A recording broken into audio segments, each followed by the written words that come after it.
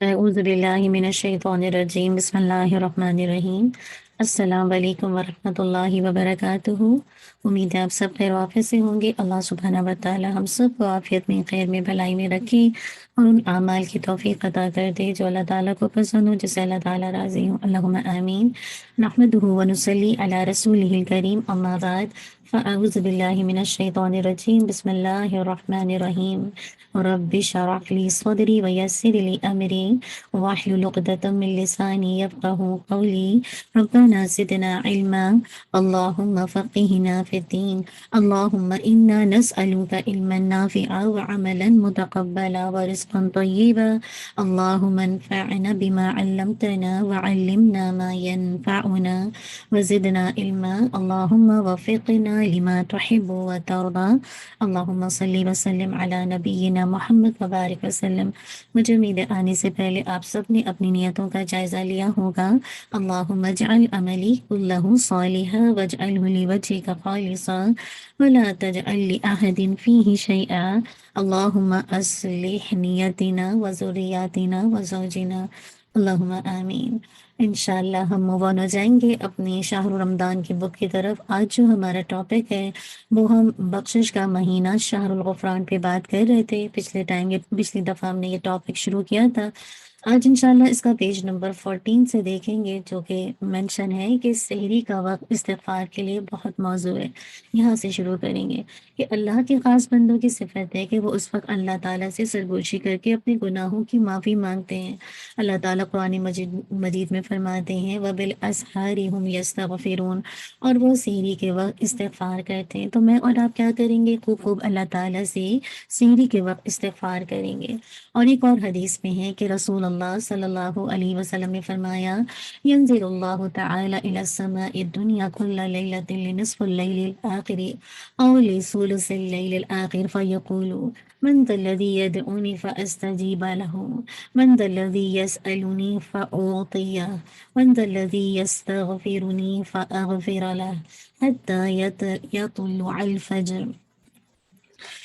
سنن الدارمی کی روایت ہے، 1478 اس کا نمبر ہے۔ اللہ تعالیٰ ہر رات کو آدھی رات یا ایک تہائی رات کے آخری حصے میں آسمان دنیا پر نزول فرماتے ہیں۔ سوچے اللہ تعالیٰ کا نزول ہونا آسمان دنیا پر، اور کیا ارشاد فرماتے ہیں؟ کون نے جو مجھ سے دعا مانگی؟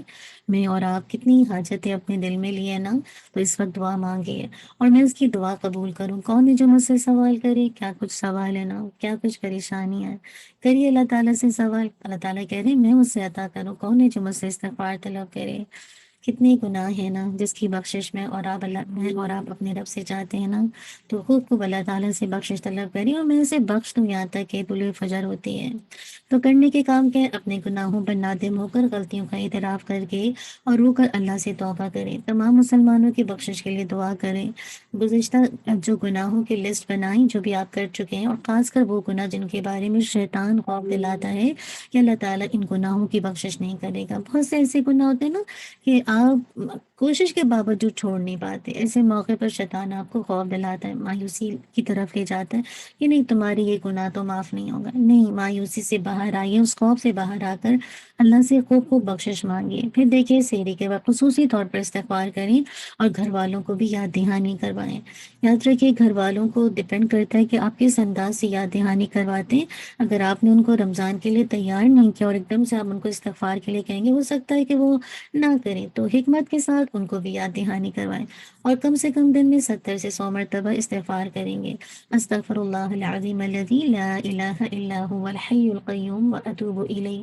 میں بخشش مانگتا ہوں اللہ سے جو بہت عظمت والا، جس کے سوا کوئی معبود برحق نہیں، وہ ہمیشہ زندہ اور قائم رہنے والا ہے، میں اس کی طرف رجوع کرتا ہوں۔